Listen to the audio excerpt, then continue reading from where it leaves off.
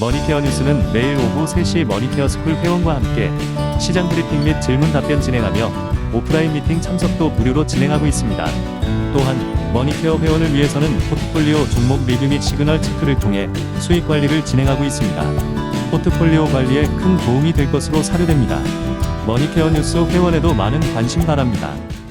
안녕하십니까 여러분, 머니케어 뉴스 진행하도록 하겠습니다. 오늘은 공략주 점검 다시 진행해 보도록 하겠습니다. 휴젤에 대한 또 리포트가 키움증권에서 나와서 그거 참조해서 이야기 한번 드려볼 거고요. SOP 같은 경우도 사실 상당히 우리가 중요하게 포인트를 잡아야 되는 것이기도 하고요. 올해도 많은 또 증권사에서는 또 관심을 보이고 있는 종목이기도 합니다. 루닛하고 JLK는 지금 현재 위치가 상당히 중요하다 얘기 드렸습니다. 그래서 우리가 물량을 좀 더 담고 가기 위해서 일부러 정리 안 하고 눌리면서도 저 개인적으로는 좀 기다려주고 간다 이렇게 말씀을 드렸는데, 혹시라도 뭐 예를 들어서 이거 정리하고 가시는 건 개인적인 성향이니까 저는 뭐 대체적으로 전략을 이렇게 만들어보고 이 전략도 구사해보고 저 전략도 구사해보고 그래서 여러분들께서 같이 또 경험해 나가는 것이 좀 중요한 거다 이렇게 생각을 하고 있어서 진행을 하고 있습니다. 아무튼 계속해서 여러분들하고 점검해 가도록 하죠.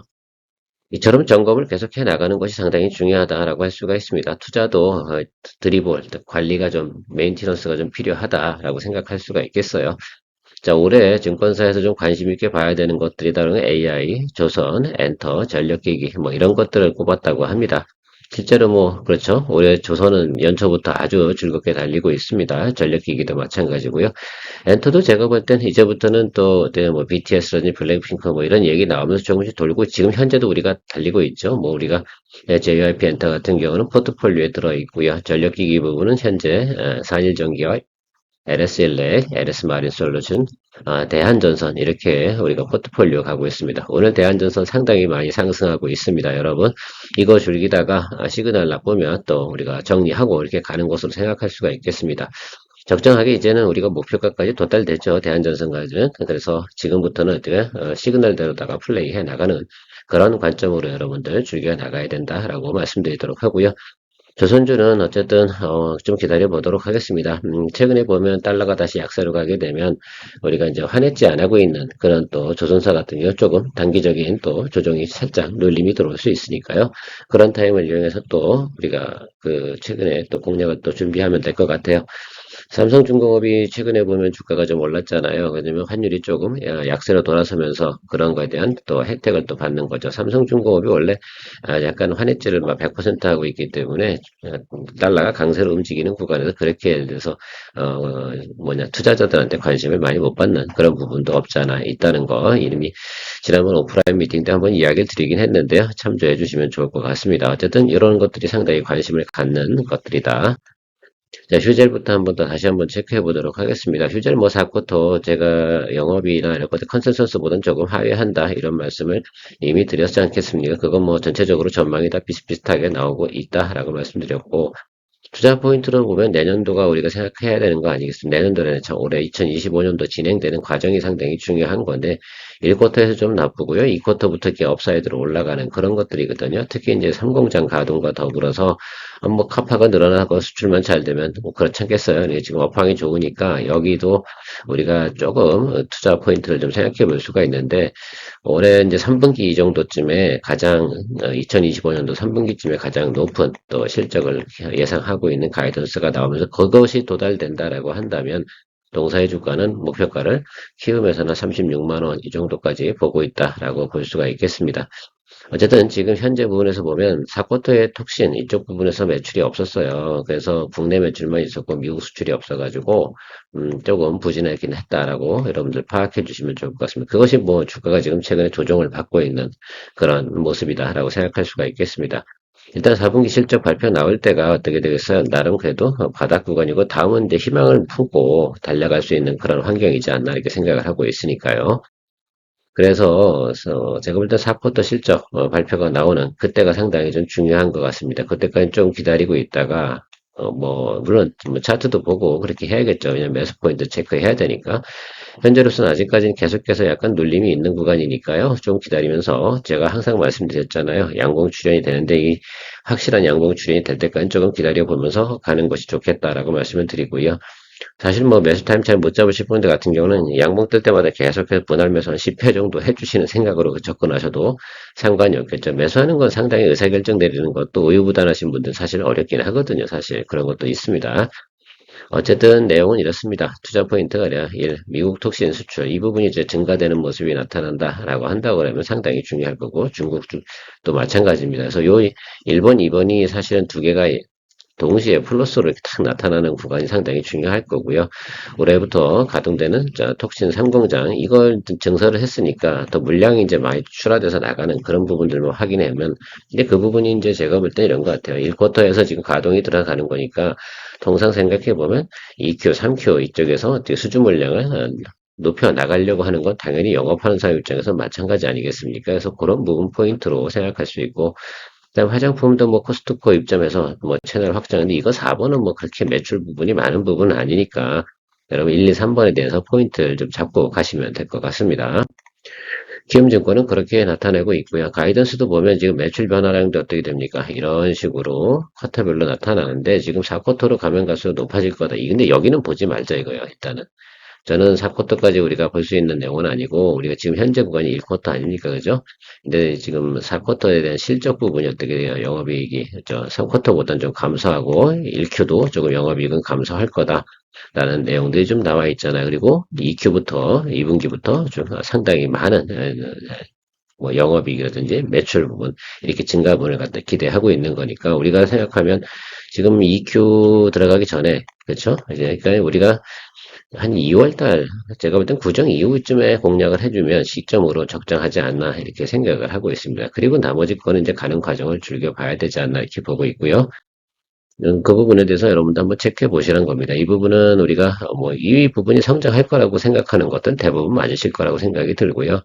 그래서 뭐 어쨌든 보틀림 특징 그러면 휴젤이죠. 뭐 있겠어요. 그래서 메디톡스 같은 경우는 미국 진출 같은 거를 잘 못하고 있잖아요, 영업을. 그래서 그런 부분들이 있는데 얘네들 같은 일단 진출을 해서 영업을 하고 있는 그 활동 자체가 상당히 좀 중요하다고 보고 있습니다.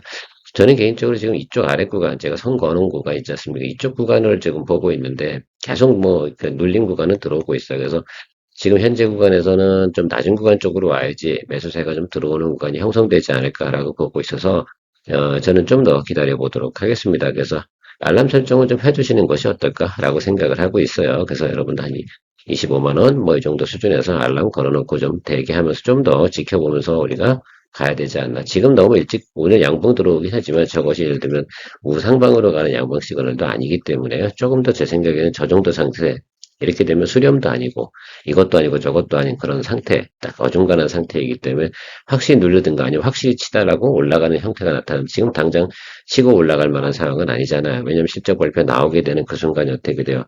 야 별로였네. 그리고 다시 이제 꿈을 품고 바닥을 찍었다니까 쉽게 말하면 이런 것들이죠. 주식이라는 게 항상 약간 선반영하기 때문에 1쿼터에 어떻게 돼요? 저점 구간 나올 거야. 이 부분에 대해서만큼은 대부분이 알고 있다라고 생각할 수가 있겠습니다. 그래서 저는 그렇게 생각하고 있어요. 그래서 부정을 조금 지나고 나서 공략하는 포인트가 나타나지 않을까라고 저는 보고 있습니다. 일단 계속해서 여러분 리포트 나오는 거 모니터링 할 거고요. 예상대로다가 그 실적이 다 나오면 정말로 목표가가 뭐 예를 들면 올해 내로다 목표가 36만 원까지 갈 수 있는 그런 내용도 있긴 하나 지금 어쨌든 하방에서 잡아서 기본적으로 이 박스 안에 있는 틀, 이 구간에서 어떻게 돼요? 수익 추구만 해더라도 충분히 좋은 수익은 나타날 거다. 그러니까 가급적이면 아래쪽에서 공략하는 쪽으로 생각을 해보도록 하겠습니다. 역시 요즘 감기나 이런 것들이 상당히 좀 세긴 하군요. 두통이 상당히 심합니다. 여러분들은 어떠신지 모르겠어요. 다행히 목은 괜찮으니까 괜찮은데, 일하는 게 상당히 좀 귀찮아지네요. 자, 로닉 같은 경우 지금 내려와서 올라오고 눌리는 거 이건 정상적인 과정이다라고 말씀드렸고, 이 구간에서 요걸 갖다 수익을 내고 빠지고 눌린 거 다시 잡는 방법도 있다라고 말씀드렸고, 여기 왔어요. 지금 와서 이제 이 구간이 상당히 중요한 자리예요. 여기서 이제 위로 튀어주면 이제 달려가는 거고, 여기서 아래로 쳐주면 어떻게 돼요? 일단 다시 한번 정리 작업을 하고 가야 되는 그런 아주 중요한 시점이거든요. 그렇다고 해서 이렇게 내용 좋은 회사 이런 것들 갖다 우리가 버리고 갈 수는 없지 않겠습니까? 그래서 계속해서 보고 계속해서 우리가 드리블 하면서 계속해서 인내할 수 있는 데까지 인내하고 버틸 때까지는 또 버텨주면서 우리가 종목을 거래해 나가야 되지 않나 이렇게 보고 있어서 지금 어쨌든 계속해서 홀드 의견을 드리고 있습니다. 그래서 한번 기다려 보시죠. 여기서 한 번 더 위로 치기 시작을 하면 또 한 번 더 높은 또 상승률을 나타낼 가능성이 상당히 높다. 이렇게 사료되고 있고요. 안 좋은 뉴스는 별로 나오지 않잖아요. 근데 최근에 보면 이제 조선주 쪽으로 돈이라는 건 제한적이기 때문에 이쪽으로 갔다 저쪽으로 갔다. 최근에 또 한 달 정도 크게 높게 또 주가가 상승한 적이 있기 때문에 조금 브레이크 타임을 좀 갖고 있다라고 해석을 또 겸쳐서 해볼 수도 있다라고 볼 수가 있겠습니다. 어쨌든 그 상승한 분에 대해서만큼은 일정 기간 쉬어줘야겠죠. 그래서 충분히 또 쉬고 있다라고 생각이 들어서 이 구간 어딘가에서는 우리가 충분히 또 평단 조절하면서 가야 된다라고 생각하고 있습니다. 일단 모니터링 상당히 중요하게 진행을 하고 있고요.